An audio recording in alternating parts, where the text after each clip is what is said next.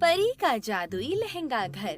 Hello दोस्तों, आज जो मैं आपको कहानी सुनाने जा रही हूँ वो कहानी है परी के जादुई लहंगे घर की। तो चलिए दोस्तों, देखते हैं आज की ये कहानी। एक गांव में प्रिया नाम की एक लड़की अपनी सौतेली माँ और सौतेली बहन के साथ रहती थी। दोनों माँ बेटी उसके साथ बहुत बुरा व्यवहार करती थी और उसे बात पर पीटती रहती थी। एक दिन, सुन कलमुही, मैं अपनी बेटी के साथ अपने मायके जा रही हूँ और वहाँ कम से कम 2 महीने रुकूंगी, इसीलिए तब तक घर बंद करके जा रही हूँ। लेकिन माँ, मैं कहाँ रहूँगी? आप मुझे भी साथ ले चलिए माँ। अरे तेरा दिमाग खराब है क्या? हम तुझे अपने साथ क्यों ले चले? तू तो हर जगह हमारी बेइज्जती ही कराती है। तूने सोच भी कैसे लिया कि हम तुझे अपने साथ लेकर चलेंगे? चुपचाप घर से बाहर फुटपाथ पर पड़ी रह और भीख मांग मांग कर अपना गुजारा कर लेना। हम घर से बाहर ताला लगा कर जाएंगे, समझी? नहीं नहीं माँ, आप मेरे साथ ऐसा नहीं कर सकती। अगर आप जा रहे हैं तो मुझे घर पर रहने दीजिए। मैं आपके सामने हाथ जोड़ती हूँ माँ। उसकी सौतेली उसे धक्का मारकर गिरा देती है। आगे से जुबान मत चलाना मेरे सामने। मैंने जो कह दिया सो कह दिया। मैं घर पर ताला लगा कर जाऊंगी। तुझे जो करना है वो कर अब। उसके बाद दोनों माँ बेटी ताला लगाकर वहाँ से चली जाती हैं। प्रिया बेचारी 2 दिन तो पार्क में बिताती है। मुझे बहुत तेज भूख लगी है, अब मैं खाना कहाँ से खाऊं? एक काम करती हूँ, लोगों से कुछ खाना मांग कर देखती हूँ, क्या पता मुझे कोई खाना दे दे। प्रिया गाँव वालों से भीख मांगना शुरू करती है। गरीब की कोई बात सुनो, भगवान तुम्हारी सुनेगा। तुम एक पैसा दोगे, तुम्हें 10 लाख मिलेगा। मेरी एक बात सुनो। ऐसे ही काफी दिन बीत जाते हैं और कई घर से प्रिया को खाना मिल जाता है, लेकिन धीरे धीरे गांव वाले भी उसे खाना देना बंद कर देते हैं। एक दिन, अरे माई, मुझे बहुत तेज भूख लगी है माई, मुझे कुछ खाने को दे दो। अरे तेरा तो रोज रोज का ड्रामा हो गया है, कभी गा कर मांगती है तो कभी रो कर। आखिर कब तक तुझे खाना देंगे हम? चल जा यहाँ से। दुखी होकर प्रिया वहाँ से चली जाती है। दीदी, मैं बहुत भूखी हूँ दीदी, मुझे खाना दे दो। रोज रोज मुँह उठाकर बस मांगने ही आ जाती है। तुझे शर्म नहीं आती क्या मांगते हुए? कभी खुद से कुछ कमा कर भी खा लिया कर। इतनी हट्टी कट्टी है, चल भी सकती है, बस भिखारी बनकर मांग नहीं आता है। रोते रोते प्रिया वहाँ से चली जाती है। तभी उसे रास्ते में एक बूढ़ा आदमी दिखाई देता है। वो बहुत सारा सामान लेकर वहाँ से जा रहा था। तभी प्रिया उसके पास पहुँच जाती है। लाइए बाबा, मैं आपकी मदद करती हूँ। बिटिया, मैं ये लहंगे शहर ले जा रहा था, लेकिन मेरी तबीयत कुछ खराब लग रही है, इसीलिए मैं चल नहीं पा रहा हूँ। लेकिन बिटिया, तुम कौन हो? बाबा, मैं एक अनाथ लड़की हूँ। मेरी सौतेली माँ ने मुझे घर से बाहर निकाल दिया है और खुद अपने मायके चली गई है। मेरे पास रहने और खाने के लिए कुछ भी नहीं है बाबा। मुझे बहुत तेज भूख लगी है। गांव वालों ने भी खाना देना मुझे बंद कर दिया है बाबा।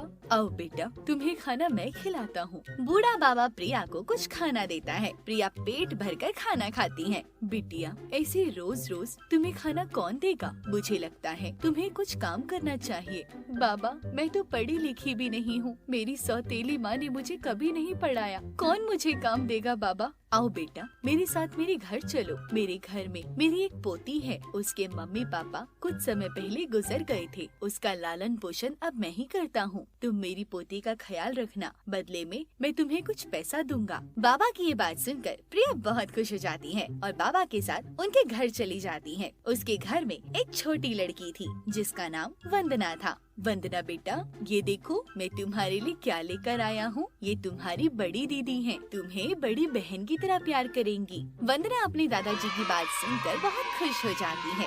बाबा, आप मेरे लिए बहन लेकर आए हो? सारे दिन मैं बहुत अकेली रहती थी, अब मैं अपनी बड़ी बहन के साथ खूब खेलूंगी। उसके बाद वंदना और प्रिया खुशी खुशी एक साथ रहने लगती हैं। प्रिया वंदना का बहुत अच्छे से ख्याल रखती है। वहीं वंदना भी प्रिया को बहुत प्यार करती थी। एक दिन बाबा की तबीयत ज्यादा खराब हो जाती है। बेटा, अब मुझसे काम नहीं हो रहा, अब घर का खर्चा कैसे चलेगा बेटा? बाबा, आप बिल्कुल परेशान मत होइए। जब तक आप ठीक नहीं हो जाते, शहर में लहंगे मैं बेच कर आऊंगी बाबा।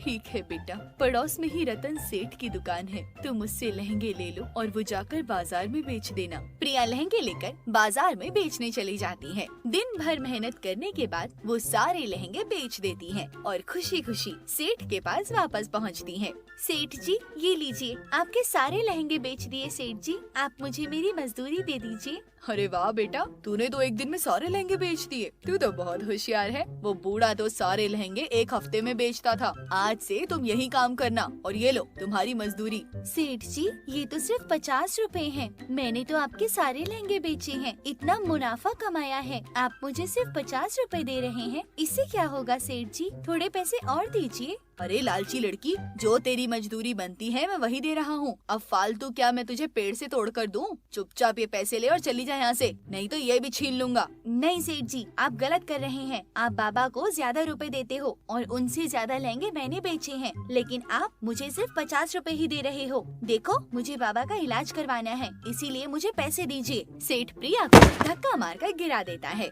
लालची लड़की, चली जा यहाँ से और आज के बाद मेरे यहाँ कभी मत आना। मुझे तुम्हारे जैसे लालची लोगों की कोई जरूरत नहीं। मैं तुझे ये 50 रुपए भी नहीं देता। जा यहाँ से। रोते रोते प्रिया वहाँ से चली जाती है और जाकर एक बगीचे में बैठ जाती है। अब मैं घर वापस किस मुँह से जाऊँ? बाबा ने बुरे समय में मेरा साथ दिया, अब उन्हें मेरी जरूरत है और अब मैं उनके काम भी नहीं आ पा रही हूँ। क्या करूँ मैं? प्रिया जोर जोर से रोने लग जाती है। उसी पेड़ पर एक परी बैठी हुई थी। वो प्रिया की सारी बातें सुन लेती है। लगता है ये लड़की बहुत दुखी है, मुझे इसकी मदद करनी चाहिए। परी प्रिया के सामने प्रकट हो जाती है। क्या हुआ? तुम इतनी दुखी क्यों हो? प्रिया परी को वो सारी बातें बताती है। फिर परी अपने जादू से एक छोटा सा जादुई लहंगे का घर प्रकट करती है। बिटिया, इस लहंगे के घर को किसी खुले स्थान पर रख देना, ये तुम्हारी सारी मनोकामनाएं पूरी करेगा। प्रिया उस लहंगे के घर को लेकर वहाँ से चली जाती है और उस घर को किसी खुली जगह पर रख देती है। फिर बूढ़े बाबा और वंदना को लेकर उस घर में चली आती है और उन दोनों को वो सारी बातें बताती है। अब तीनों उस घर में रहने लग जाते हैं और बाबा उस घर में प्रवेश करते ही पूरी तरह से स्वस्थ हो जाते हैं। अब प्रिया और बाबा को किसी भी प्रकार की कोई कमी नहीं थी। एक दिन उसकी सौतेली माँ और उसकी बहन उसे देख लेती हैं। अरे माँ, देखो तो जरा, ये प्रिया कितनी अमीर हो गई है। हाँ बेटा, चल बेटा चल, इसका पीछा करते हैं। दोनों माँ बेटी उसका पीछा करती हैं और उसके जादुई लहंगे के घर तक पहुँच जाती हैं। अच्छा, तो इसके अमीर होने का ये राज है। चल बेटा, इस घर को हम जला देते हैं। दोनों माँ बेटी उसके घर को जलाने लगती हैं। जैसे ही वो माचिस जलाते हैं, वो दोनों माँ बेटी खुद जलने लग जाती हैं। बचाओ, बचाओ, हमारी रक्षा करो। तभी प्रिया भागी भागी घर से बाहर आती है। प्रिया बेटा, हमें बचा ले बेटा। हे जादुई लहंगे के घर, इन्हें माफ कर दो। तभी वो दोनों पूरी तरह से ठीक हो जाते हैं और प्रिया से माफी मांगते हैं और वापस अपने घर चले जाते हैं। तो दोस्तों, इस कहानी से आपको क्या सीख मिली, हमें कमेंट सेक्शन में लिखकर जरूर बताएं।